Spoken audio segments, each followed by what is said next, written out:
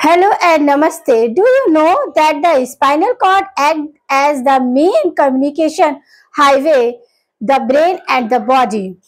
I believe understanding this structure and function can help us better appreciate how our body can help better appreciate response to stimuli and mention coordination. My name is Shalini Rao. मैं digital biology शास्त्र की digital रचयिता हूँ। आपको हमारा video पसंद आए तो लाइक करें, शेयर करें, साथ ही सब्सक्राइब करें। साथ ही बेल आइकन के बटन को प्रेस करना ना भूलें, जिससे कि आपको न्यू वीडियो की नोटिफिकेशन मिलती है। तो गाइस स्टार्ट करते हैं हम अपना आज का टॉपिक। हमारा क्या टॉपिक चल रहा है? हमारा चल रहा है ह्यूमन फिजियोलॉजी। ह्यूमन फिजियोलॉजी में हम नर्व कंट्रोल एंड कोऑर्डिनेशन वाले टॉपिक को कर रहे हैं। इससे पहले के टॉपिक हमारे काफी कुछ हो चुके हैं। ये टॉपिक का भी आज हमारा 6 पार्ट है। इससे पहले हमने पार्ट में देखा कि आपका जो ब्रेन की फंक्शनल एंड आपके नर्वस सिस्टम की फंक्शनल एंड स्ट्रक्चरल यूनिट क्या होती है, और हमने न्यूरॉन का स्ट्रक्चर देखा। इसी तरह हमने डायग्राम माइंड का, आपका ब्रेन का देखा, और ब्रेन के कितने पार्ट होते हैं, हिड ब्रेन, आपका मिड ब्रेन, ये सारा कर 1 बाय 1 हमने इसके पार्ट भी देखे और ये किस तरह पार्टिसिपेट करते हैं आपकी एक्टिविटी में, कौन से इम्पल्स, ये सारे भी हमने देखे। आज हम बात करेंगे आपका स्पाइनल कॉर्ड का, हमारा ब्रेन, क्योंकि हमें पता है कि हमारा सेंट्रल नर्वस सिस्टम में 2 पार्ट आते हैं, ब्रेन और स्पाइनल कॉर्ड। ब्रेन लगभग हमारा पूरा हो चुका है। आज स्पाइनल कॉर्ड के बारे में बात करेंगे। अब स्पाइनल कॉर्ड की पोजीशन तो आपको पता है। ब्रेन कहाँ आपका सेफ रहता है? आपका क्रेनियल ब्रेन, जो क्रेनियल कैविटी होती है उसमें आपका ब्रेन सेफ रहता है। अब इसी तरह आपका जो स्पाइनल कॉर्ड होता है वो किधर होता है? जैसे हमने बताया था कि आपको एक वर्टिब्रे की स्ट्रक्चर बताया था। कैसे बताया था? ऐसे बताया था ना, ऐसा कुछ स्ट्रक्चर होता है हमारा, ये सिंगल वर्टिब्रा, और ये सेंटर में क्या होता है, इसी से आपका सेंटर कैनाल निकलती है। जैसे कि आपका ये 1 वर्टिब्री और दूसरा वर्टिब्री आपका ये, इस तरह आपका वर्टिब्री एक के ऊपर एक के अरेंज रहती है, और उसके बीच में जो है आपका सेंटर कैनाल बनता है। उसी में आपका स्पाइनल कॉर्ड क्या होता है, सेफ रहता है। जिस तरह हमारा ब्रेन क्रेनियल कैविटी में सेफ रहता है, वैसे हमारे स्पाइनल कॉर्ड जो है वो वर्टिब्रल कॉलम में सेफ रहता है। वर्टिब्रल कॉलम का भी स्ट्रक्चर हमने आपको सेफली बताया था।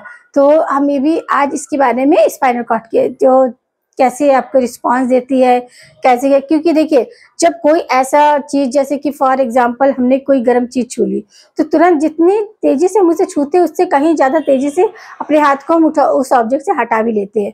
तो ये इम्पल्स हमारे स्पाइनल कॉर्ड में जाता है। अगर यही इम्पल्स हम कहें कि ब्रेन हमें कंट्रोल करेगी, तो ब्रेन काफी टाइम लगाता है। ब्रेन एनालिस करेगा, फिर इसके बाद उसका रिस्पॉन्स देगा। जब तक क्या होगा, हमारा हाथ जल जाएगा। मगर स्पाइनल कॉर्ड जो है वो क्विक रिजल्ट देती है। तो जैसे ही हमारी इम्पल्स आपके रॉन्ग ऑब्जेक्ट के साथ, जैसे गर्म है या फिर कुछ ऐसा है जो जिससे हमारे मतलब बॉडी पार्ट को डैमेज हो सकता है, तो उससे पहले ही इम्पल्स सेंस आता है और हमारा हाथ बहुत ही झटके से वहां से चला जाता है, दूर हट जाता है। तो ये हमारा ये सारे के सारे इस तरह की जो भी एक्टिविटी होती है वो हमारे स्पाइनल कॉर्ड की वजह से होती है। ब्रेन यहाँ पर क्या करेगा, एनालाइज करने लगेगा, तो उसमें टाइम ड्यूरेशन, जबकि हमने देखा ये सारी क्रियाएं क्या होती है, हमारी क्विकली होती है, हमें पता भी नहीं चलता है। जितना टाइम हमें वहां जाने नहीं लगा, तो उतना उससे हाथ हटाने में लग जाता है। तो ऐसा, तो तुरंत ही हमें फील हुआ कि ये गर्म है, तो हम तुरंत हाथ अपना झटके से निकाल देते हैं। तो इससे पहले देखिए हम क्या देखेंगे, लॉन्गेस्ट क्रेनियल नर्व। आपके क्रेनियल नर्व हमने कल पढ़ा था, कल के पार्ट में, कि आपकी कितनी होती है क्रेनियल नर्व, आपकी 12 पेयर होती है। स्पाइनल कॉर्ड कितना होता है आपका? स्पाइनल कॉर्ड आपका 31 पेयर होता है। तो क्या 12 पेयर? तो उसी में देखिए लार्जेस्ट क्रेनियल नर्व कौन सी होती है? वेगस।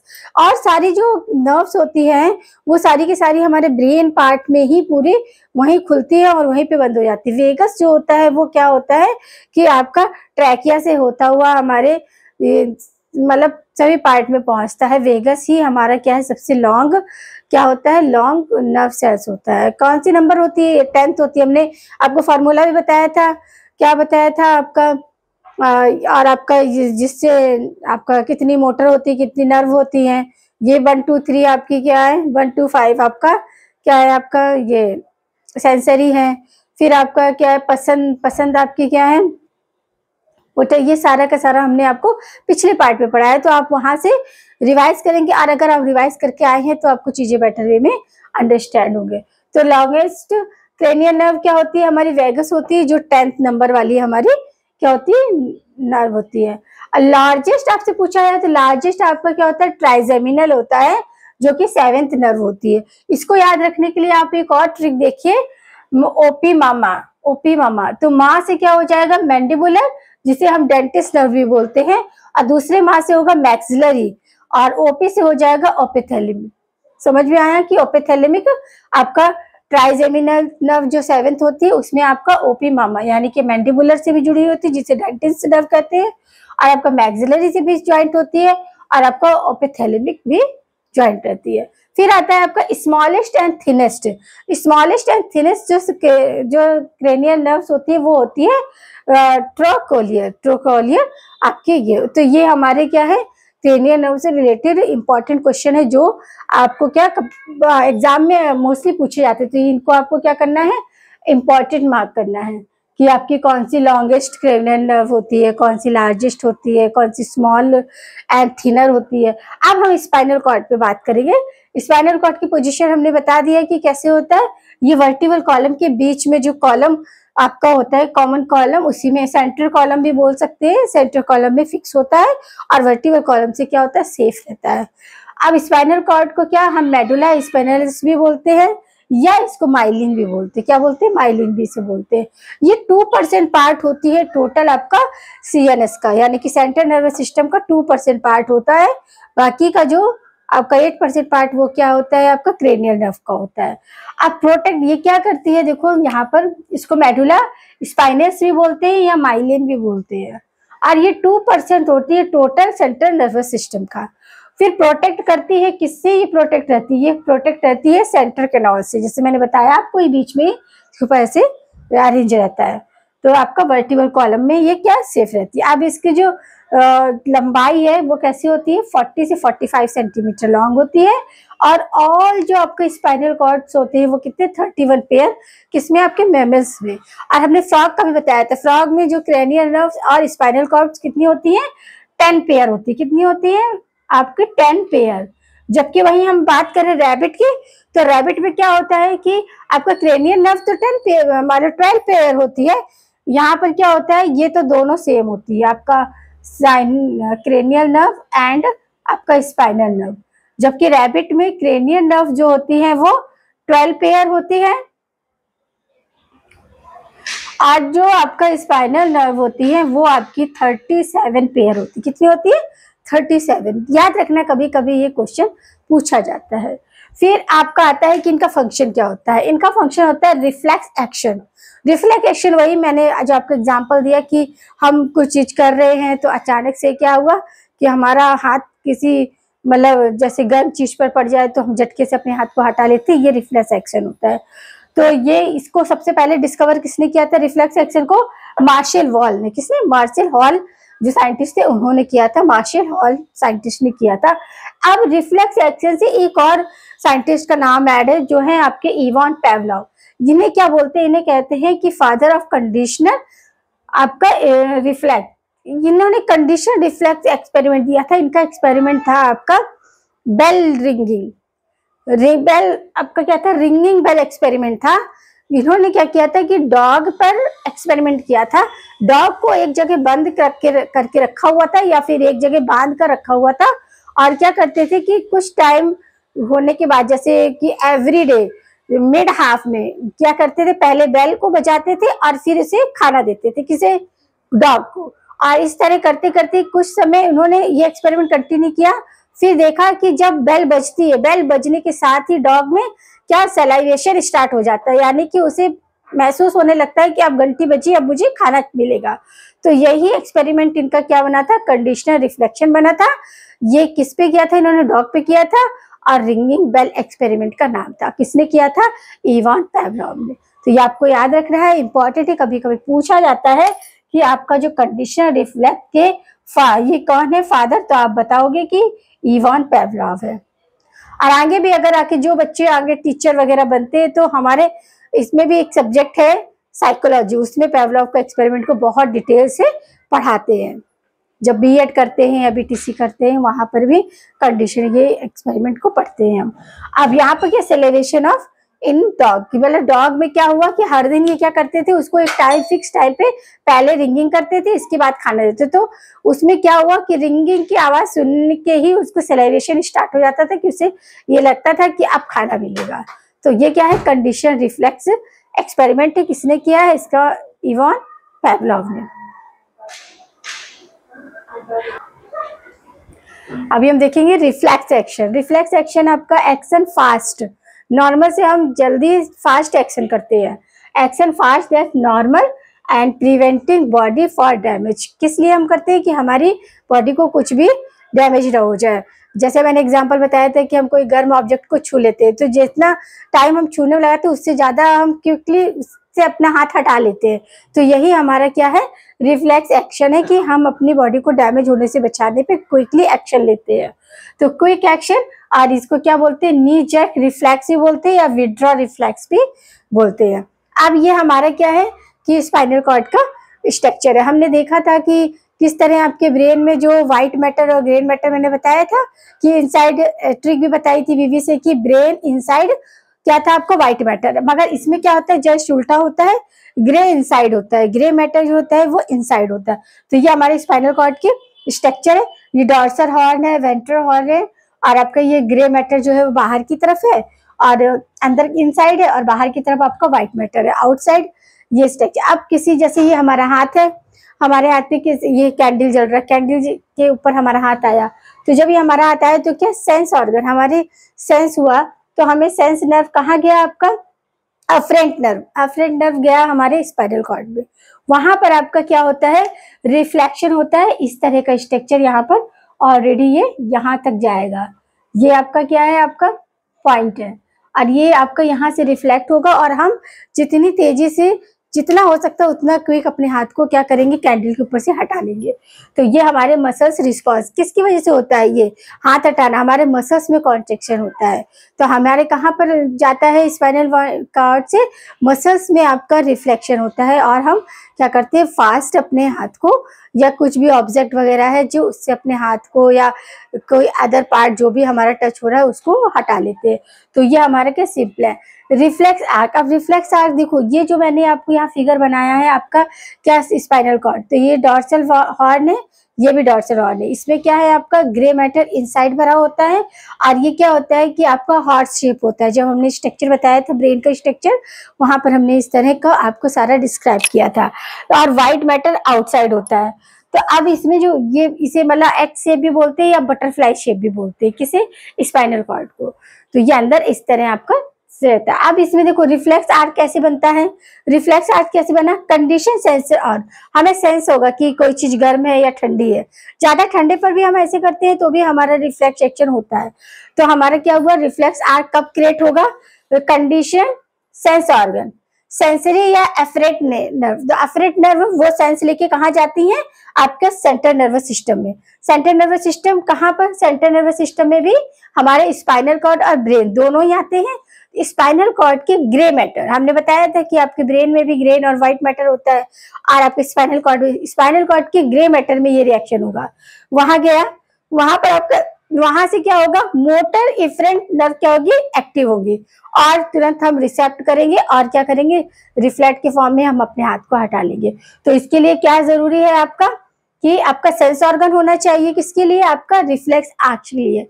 रिफ्लेक्स आर्क के लिए क्या क्या कंडीशन होनी चाहिए, कि आपका सेंस ऑर्गन होना चाहिए, कि हमें सेंस आना चाहिए कि वो ऑब्जेक्ट हमारे लिए मतलब गर्म कैसा फील हो रहा है, गर्म है या ठंडा है।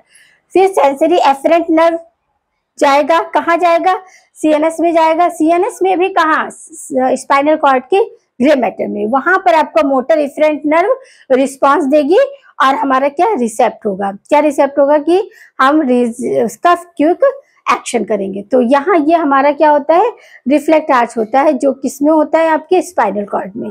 कभी भी हम ये नहीं कहेंगे कि हमें कोई चीज गर्म लग रही है, जब तक अगर ये ये सीएनएस, ये अगर ब्रेन हैंडल करने लगे तब तक तो हमारा हाथ जल जाएगा, क्योंकि ब्रेन सोचेगा, एनालाइज करेगा, तब कहीं जाके क्या रिफ्लेक्शन देगा। मगर स्पाइनल कॉर्ड क्या है, क्विक रिएक्शन देखती है। क्यों? क्योंकि यहाँ पर मोटर नर्व्स जाती है, यानी कि यहाँ पर मसल्स इंपल्स होता है, इसकी वजह से ये क्या है, क्विक रिएक्शन लेती है। और हम क्या करते हैं, ऑब्जेक्ट से अपने हाथ को डैमेज हुए बिना अपने हाथ ऑब्जेक्ट से हटा लेते हैं। समझ आया कि ये स्पाइनल कॉर्ड में रिएक्शन क्यों होती है?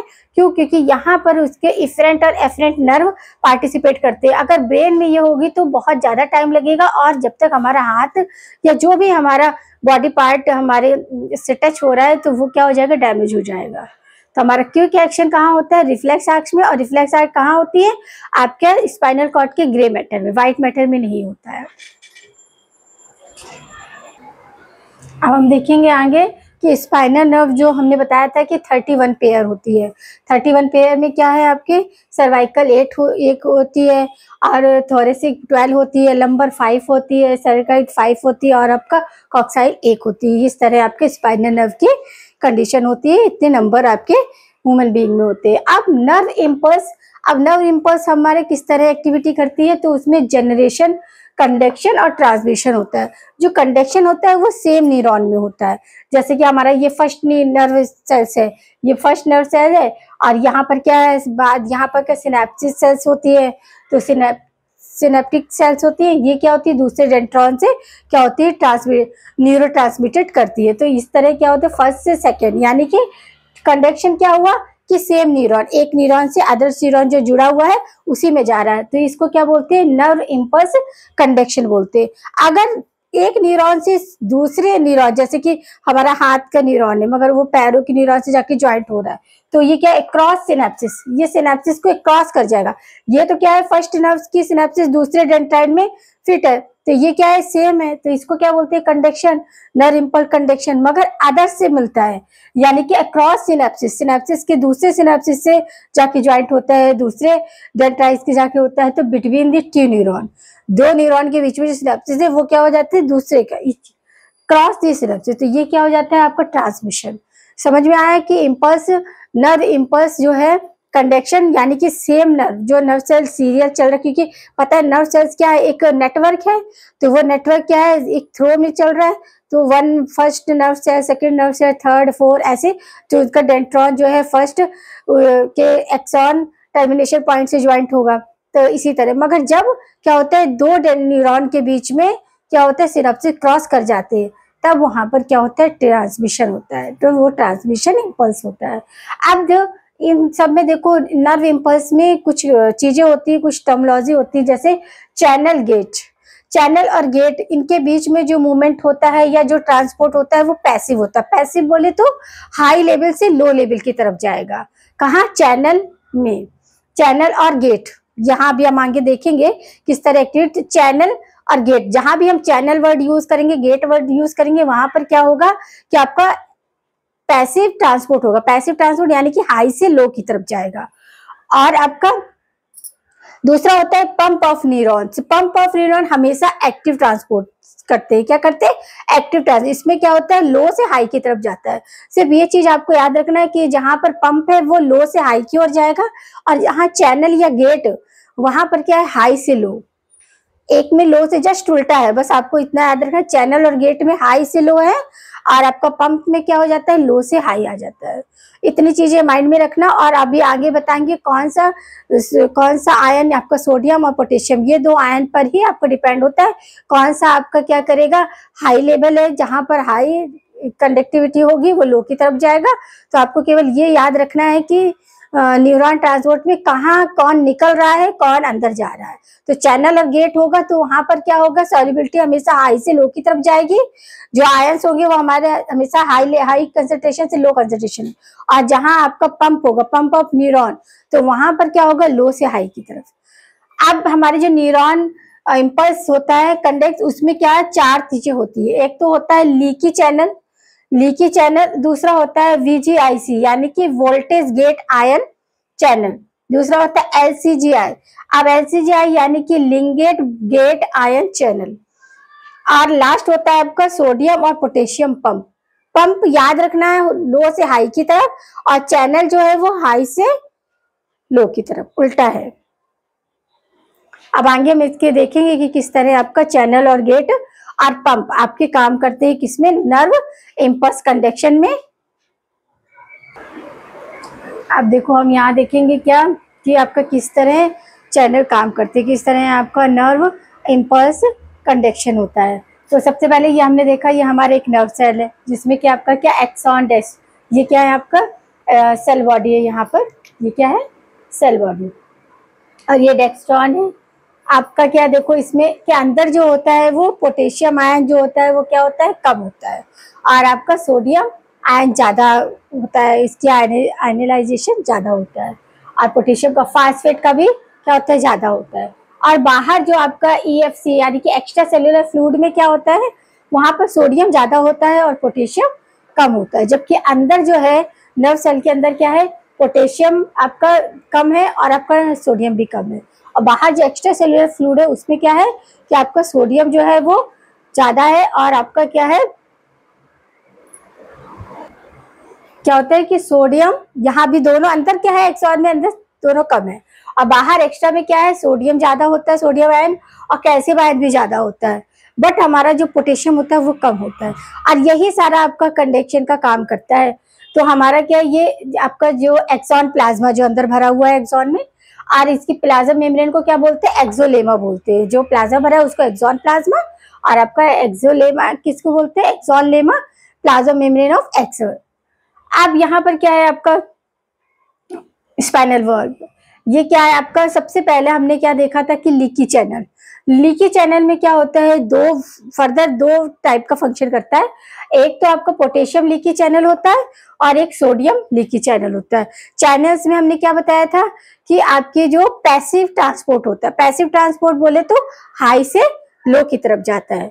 तो हाई किधर है आपका, सोडियम हाई है तो ये कहाँ जाएगा, अंदर जाएगा, और पोटेशियम क्या है, कम है, तो ये क्या रहेगा, हाई से कम। तो पोटेशियम अंदर जाता है, सोडियम अंदर जाता है, पोटेशियम बाहर आता है। ये आपके चैनल वाया गेट हमने जो बताया था उसी का कंसेप्ट यहाँ लगेगा। लीकी चैनल में दो तरीके का, आपको पोटेशियम लीकी चैनल और सोडियम लीकी चैनल। अब जो लीकी चैनल है हमेशा खुले रहते हैं। क्यों खुले रहते हैं, क्योंकि ये पैसिव ट्रांसपोर्ट करते हैं, इसके लिए हमेशा खुले रहते हैं। आपकी NCERT भी लिखती है, during resting stage axolemma is more favourable for the potassium ion than sodium ion. इसका रीजन भी है क्योंकि ये हमेशा खुले रहते हैं, क्योंकि पोटेशियम जो है उसके जो आयन क्या है, कम होती है, कंसंट्रेशन कहाँ होती है, FCF में कम होती है, इसलिए वो क्या होता है कि ज्यादा की तरफ अट्रैक्ट करता है। तो ये ड्यूरिंग रेस्टिंग स्टेज एक्सोलेमा क्या होता है, more favourable the potassium than to sodium. Sodium ion के बजाय क्या होगा, पोटेशियम आयन ज्यादा क्या करता है, यहाँ पर कंडक्टिविटी करता है। और रीजन क्या है कि आपका जो एक्सॉन प्लाज्मा है उसमें क्या है कि आपका पोटेशियम आयन की आयनाइजेशन क्या होता है, कम होता है, जबकि सोडियम का कंसंट्रेशन ज्यादा होता है। फिर दूसरा आता है आपका VGIC यानी कि voltage gate ion channel. Voltage ion channel gate में क्या होता है, open and close due to the change in potential or voltage. जैसे आपको पोटेशियम यानी कि सोडियम आयन ज्यादा होता है तो पोटेशियम आयन वाला पंप क्या हो जाता है, बंद हो जाता है, और जब वहां पर डिजग्रेगेशन होता है, डिपोलराइजेशन होता है, तो वहां पर क्लोज हो जाता है। तो ये किस पर डिपेंड करता है, ये डिपेंड करता है आपके वोल्टेज पर, कि वोल्टेज हाई हुआ, लो हुआ, तब ये चैनल के, ये भी 3 तरीके के आपके चैनल बनाते हैं। पहला होता है सोडियम VGIC यानी कि sodium voltage gate ion channel, और दूसरा होता है potassium voltage gate ion channel, और आपका calcium voltage gate ion channel. ये 3 तरह का फॉर्म करता है। जो सोडियम वाला होता है वो ओपन होता है कब, जब -55 मिली वोल्टेज होता है, तब ये क्या होता है, ओपन हो जाता है, और क्लोज होता है +30 मिली वोल्ट पे। इसी तरह आपका पोटेशियम जो आपका पोटेशियम वोल्टेज गेट है वो क्या होता है, ओपन होता है +30 मिली वोल्टेज पर, और क्लोज हो जाता है -70 मिली वोल्ट पर। और आपका कैल्शियम को हम अभी आगे डिटेल देखेंगे, अभी हम इन दोनों को देखेंगे। फिर थर्ड हमारा आता है पोटेशियम और सोडियम पंप। अब ये क्या होता है, ये एक्टिव ट्रांसपोर्ट करते हैं।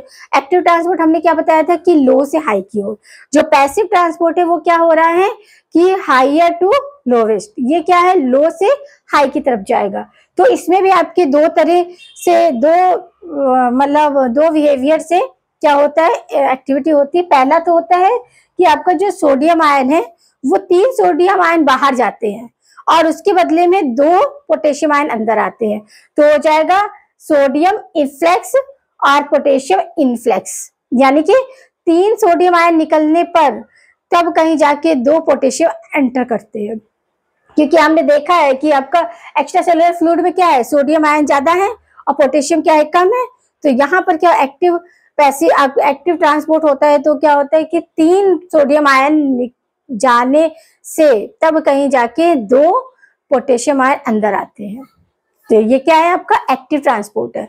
एक्टिव ट्रांसपोर्ट हमेशा लो से हाई की तरफ जाता है, क्योंकि 3 सोडियम निकला है तब कहीं जाके 2 हुआ है, तो क्या हो गया, लो से हाई की तरफ। अब आगे हम इसे और देखेंगे। अब हम देखेंगे कि मैकेनिज्म कैसे होती है। तो पहला प्रोसेस क्या होता है, रेस्टिंग मेम्ब्रेन पोटेंशियल, या इसे आरएमपी भी बोलते हैं। पोलराइज्ड स्टेज, इसमें क्या होता है कि पोलराइज हो जाते हैं, -70 मिली वोल्ट जो मिलता है, तो क्या हो जाते हैं, नर्व इम्पल्स क्या हो जाते हैं, पोलराइज हो जाते हैं। दूसरा है थ्रेशोल्ड वैल्यू। थ्रेशोल्ड वैल्यू क्या होती है, -55 मिली वोल्ट होती है। जब -55 मिली वोल्ट होती है तो ये थ्रेशोल्ड वैल्यू, जब यहाँ पर क्या होता है कि आपका चैनल खुल जाते हैं। कौन से चैनल खुलते हैं, डीपोलराइजेशन आपका कहाँ होता है, +30 मिली वोल्ट पर। वहीं आपका एक्शन पोटेंशियल इम्पल्स जो है वो भी आपका +30 मिली वोल्ट पर ही स्टार्ट होता है। रिपोलराइजेशन -70 मिली वोल्ट पर स्टार्ट होता है। हाइपर पोलराइजेशन -90 मिली वोल्ट पर। अब इनका एक्टिविटी देखो, जैसे पहला है रेस्टिंग मेम्ब्रेन पोटेंशियल, इसमें क्या होता है कि आपका इम्पल्स आने स्टार्ट होते हैं, और यहाँ पर क्या होता है कि आपका पैसिव ट्रांसपोर्ट होता है। सोडियम आयन क्या होता है, पोटेशियम आयन की तरफ रिलीज होता है। तो यहाँ पर आपका ये कोई आपका क्या है कि ये एक तरह से आपका एक्सॉन का एक पीस है। तो वहां पर हम देख रहे हैं कि क्या है, इम्पल्स यहाँ पर क्रिएट हो रहे हैं, प्लस और माइनस। क्यों यहाँ पर प्लस है, क्योंकि यहाँ पर सोडियम आयन की आयन क्या है, आयनिसिटी क्या है, कंसेंट्रेशन ज्यादा है, तो यहाँ पर प्लस है। और माइनस किसकी है, पोटेशियम की है। जब ये -70 मिली वोल्ट पर पहुंचता है, अब ये -मिली वोल्ट पर पहुंचता है और चैनल खुलता है, तो उसके क्या रीजन है, 3 रीजन है। पहला तो ये है कि पोटेशियम लीकी, आपका पोटेशियम लीकी आपका का टेस्ट चालू होता है, ये चालू हुआ, लीकी सब्सटेंस चालू हुआ, तो क्या हो गया, मोर पोटेशियम आयन मूव आउट कर जाते हैं। क्यों, क्योंकि वहां पर कंसंट्रेशन कम होता है, इसलिए वो कहाँ चले जाते हैं, एक्सॉन के पीस में चले जाते हैं। कहाँ से, एक्स्ट्रा सेलुलर फ्लूइड से। दूसरा होता है sodium potassium pump. Sodium potassium pump जो है वो, उसमें क्या होता है कि 3 सोडियम आयन रिलीज होने के बाद कहीं 2 पोटेशियम अंदर एंटर करते हैं। और तीसरा होता है नेगेटिव पोटेंशियल एंड फास्फेट, ये भी फास्फेट भी कम होता है। आयन क्या होते हैं, इनसाइड एक्सोप्लाज्म, एक्सोप्लाज्म के इनसाइड माइग्रेट कर जाते हैं। तो इस कंडीशन के लिए रिस्पॉन्सिबल होता है कि हमारा लीकी चैनल जो है वो ओपन होगा। लीकी चैनल ओपन होने के 3 रीजन है, एक तो आपका पोटेशियम लीकी चैनल, दूसरा आपका पोटेशियम और सोडियम पंप, और तीसरा आपका negative potential and phosphate ion. अब आता है आपका थ्रेशोल्ड वैल्यू। थ्रेशोल्ड वैल्यू यानी कि जब हमारा pump start, channel leaky channel start हो गया, तो वहां पर उस मॉडरेट आपके जो फिक्स मिली वोल्टेज है वहां अडॉप्ट करना है, तब जाके वहां पर क्या होगा, इम्पल्स डिपोलराइज और पोलराइज होना स्टार्ट होंगे। तो थ्रेशोल्ड वैल्यू यहाँ पर कितना हो चाहिए, -55 मिली वोल्ट होगा, तभी वहां पर थ्रेशोल्ड वैल्यू क्या होगा, अडॉप्ट करेगा कंडक्ट नर्व इम्पल्स। और ये वैल्यू जो होगा क्या करेगा, आपका sodium voltage gate ion channel को खोल देगा। इसको खोल देगा तो यहाँ पर सबसे पहले मेथड क्या होगा, स्टिमुलस से क्या होगा, मिनिमम आपका कितना होना चाहिए, +15 मिली वोल्ट होना चाहिए, तभी जाके आपका सोडियम, आपका जो सोडियम गेट क्या होगा, खुलेगा, गेट आयन खुलेगा आपका जाके। आपका तीसरा आता है डीपोलराइजेशन। अब डीपोलराइजेशन में क्या हुआ, फर्स्ट कंडीशन क्या है आपकी, ये आपका रेस्टिंग मेम्ब्रेन की, मतलब आपका एक्सॉन रेस्टिंग पीरियड पर है। जब वहां पर क्या होता है, कुछ रिफ्लेक्स एक्शन देना होता है, या फिर हमने कोई हॉट ऑब्जेक्ट को टच कर लिया, तो वहां पर क्या होता है, रेस्टिंग पीरियड में क्या है, उस पीस में हलचल होनी चालू होती है। तो वहाँ रीजन की वजह से कहाँ चैनल खुलता है, लीकी चैनल खुलता है 3 रीजन की वजह से। पोटेशियम आयन के सेपरेट होने पर, पोटेशियम आयन और मैग्नीशियम सोडियम के पंप के रीजन से, और आपका नेगेटिव पोटेंशियल एंड फास्फेट से। इसकी इन तीनों की वजह से क्या हुआ, हमारा लीकी चैनल ओपन हो गया। लीकी चैनल ओपन हो गया, फिर हमें थर्सेंट वैल्यू चाहिए जो कि हमारी कितनी होती है, +15 मिली वोल्ट होनी चाहिए। उस जैसे ही हमारे जो इम्पल्स है वो 15 मिली वोल्ट को अडॉप्ट करेंगे, वहीं पर आपका सोडियम जो है, सोडियम वोल्टेज गेट आयन क्या हो जाएगा, ओपन हो जाएगा। ओपन हो जाएगा, फिर हमारा थर्ड कंडीशन आएगा डीपोलराइजेशन। यहाँ पर जो वोल्टेज है वो -55 मिली वोल्ट होना चाहिए। वहां पर जाके क्या होगा कि जो sodium voltage gate ion channel open था वो क्या करेगा, इनवर्ट होके यहाँ पर क्या हो गया, -55 मिली वोल्ट था, ये डिक्रीज हो गया 30 हो जाएगा। और यहाँ पर अब क्या होगा, पोटेशियम गेट आयन खुल जाएगा। समझ आया, यहाँ पर सोडियम खुला था और यहाँ पोटेशियम खुल जाएगा। पोटेशियम के खुलते ही ये क्या हो जाएगा, डीपोलराइज हो जाएगा। डीपोलराइज हुआ, फिर रीपोलराइजेशन में क्या होगा, पोटेशियम आपका वेलोसिटी गेट आयन ये खुल रहा है चैनल, तो इसमें क्या होगा, बहुत ही स्लो करते हुए क्या होगा, बंद होगा। कि कोई भी चीज है, जैसे फॉर एग्जांपल आपका फैन चल रहा है कमरे में, तो आपको उसे ऑफ करना है, तो आपने जैसे ही स्विच ऑफ किया वैसे ही तो ब्लेड स्टॉप नहीं हो जाते, थोड़ा टाइम ड्यूरेशन लगता है।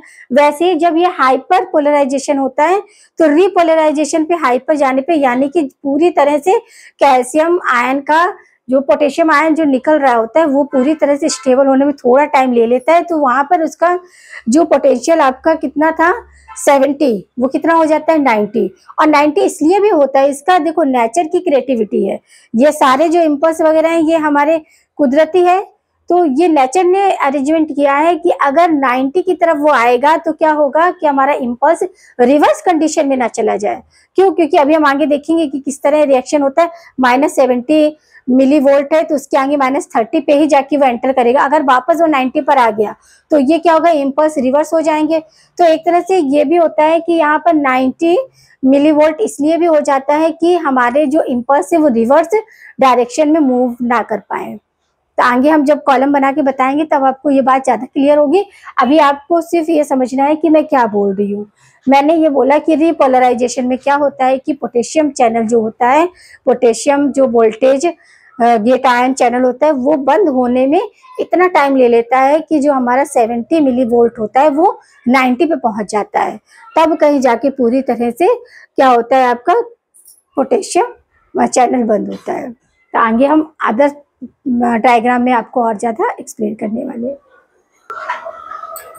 अब देखेंगे हम कि कैसे सीक्वेंस होता है। तो सीक्वेंस क्या है, सबसे पहले आपका 70 मिली वोल्ट होना चाहिए, तो पोलराइजेशन यानी कि हमारा क्या आरएमपी स्टार्ट हो जाता है। और फिर इसका थ्रेशोल्ड वैल्यू कितना -15 होना चाहिए।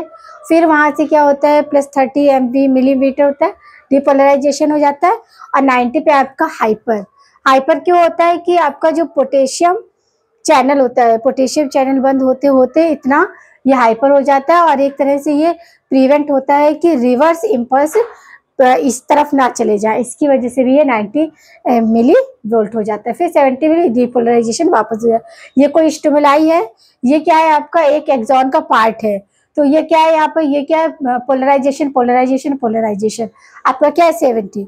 अब यहाँ पर क्या थ्रेशोल्ड वैल्यू लेगा, तो थ्रेशोल्ड वैल्यू -55 मिली वोल्ट हुआ, तब यहाँ क्या हो जाएगा थ्रेशोल्ड वैल्यू आ गई, ये तब भी आपका पोलराइजेशन, उसका और पार्ट क्या है पोलराइज ही है। अब नेक्स्ट स्टेप में डीपोलराइजेशन, तो ये जो 55 मिली वोल्ट था वो किस में चला जाएगा आपका +30 मिली वोल्ट में, और ये डीपोलराइज हो जाएगा। बाकी का पार्ट आपका क्या है पोलराइज्ड है। अब हाइपर पोलराइज में देखो क्या होता है, हाइपर वैल्यू आएगा तो क्या है -90, यहाँ पर हाइपर हो गया, ये डीपोलराइजेशन, ये पोलराइजेशन। तो अब आगे वाला जो है यहाँ भी 30 है, यहाँ भी 70, तो उसको पता ही नहीं चलेगा कि यहाँ हाइपर है, तो आपका क्या इधर ये आपका इम्पल्स क्या करेगा, ये मॉडरेट होगा 30 से 70 की तरफ, तो ये आपका इस तरफ में जाएगा। और अगर ये भी 70 हो जाएगा पोटेशियम के बंद होते होते चैनल, तो ये इधर 70, अब उसको ये पता नहीं चलेगा कि इसको इस डायरेक्शन में जाना है या इस डायरेक्शन में जाना है, तो ये रिवर्स ना हो जाए, इसके लिए भी आपके नेचर ने क्या दिया है, 1 वे दिया है। और जो भी फॉर एग्जांपल जैसे हम कमरे का सीलन फैन ही बंद करते हैं, तो जैसे ही हमने स्विच ऑन किया वैसे ही वो फास्ट आपको हवा नहीं आने लगती है, धीरे धीरे रोटेट होते हैं ब्लेड, तब कहीं वो फास्ट पर आता है। ऐसे बंद करने पे भी सडनली स्टॉप नहीं होते, स्लोली स्लोली होते। वैसे स्लोली स्लोली आपको पोटेशियम आयन जो गेट होगा वो चैनल बंद होगा और ये क्या होगा आपको -90 मिलीवोल्ट पे पहुंच जाता है। और इसलिए भी पहुंच जाता है कि ये प्रिवेंट कर सके आपका इम्पल्स को क्या रिवर्स कर डायरेक्शन में आने के लिए। फिर डीपोलराइज होगा तो देखो यहाँ पर क्या है, ये डीपोलराइज है, ये हाइपर है, ये डीपोलराइज, ये पोलराइज। ये आपको एक ही है, देखो एक ही, ये एक्सॉन का एक पार्ट दिखा रही हूँ मैं इस तरह। तो यहाँ पर हमारा क्या है कि आपका ये पूरी तरह कंप्लीट हो गया। अब जो इसमें पोटेशियम चैनल था वो आपका कैल्शियम चैनल, वो हम नेक्स्ट पार्ट में देखेंगे, कैल्शियम चैनल को पार्ट में नेक्स्ट में देखेंगे।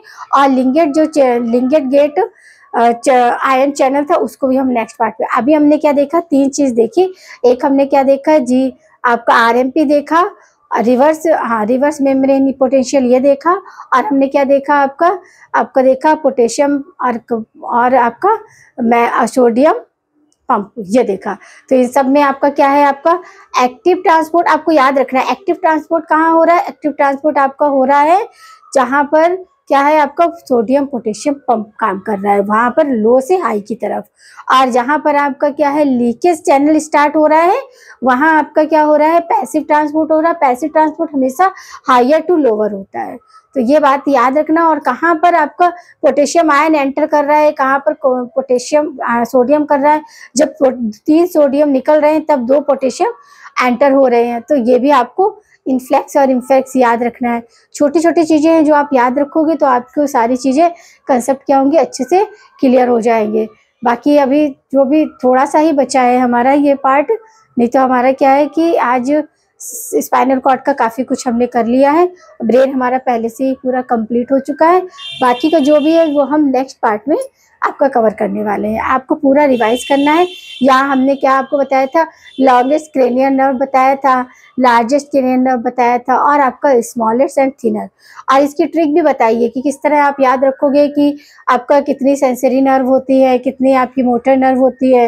पसंद ये मैंने बताया था आपका, वो आपकी क्या है, और कितनी आपकी क्या रहती है, सेंसरी हो गई, मोटर हो गई, और आपके मिक्स्ड होती है। तो ये सारे के सारा आपको याद रखना है फार्मूला, क्योंकि इसी से आगे आपके सारी चीज़ें सीक्वेंस में चलती रहती है। तो सब चीज़ें आपको अच्छे से पढ़ना है, मेमोराइज करना है।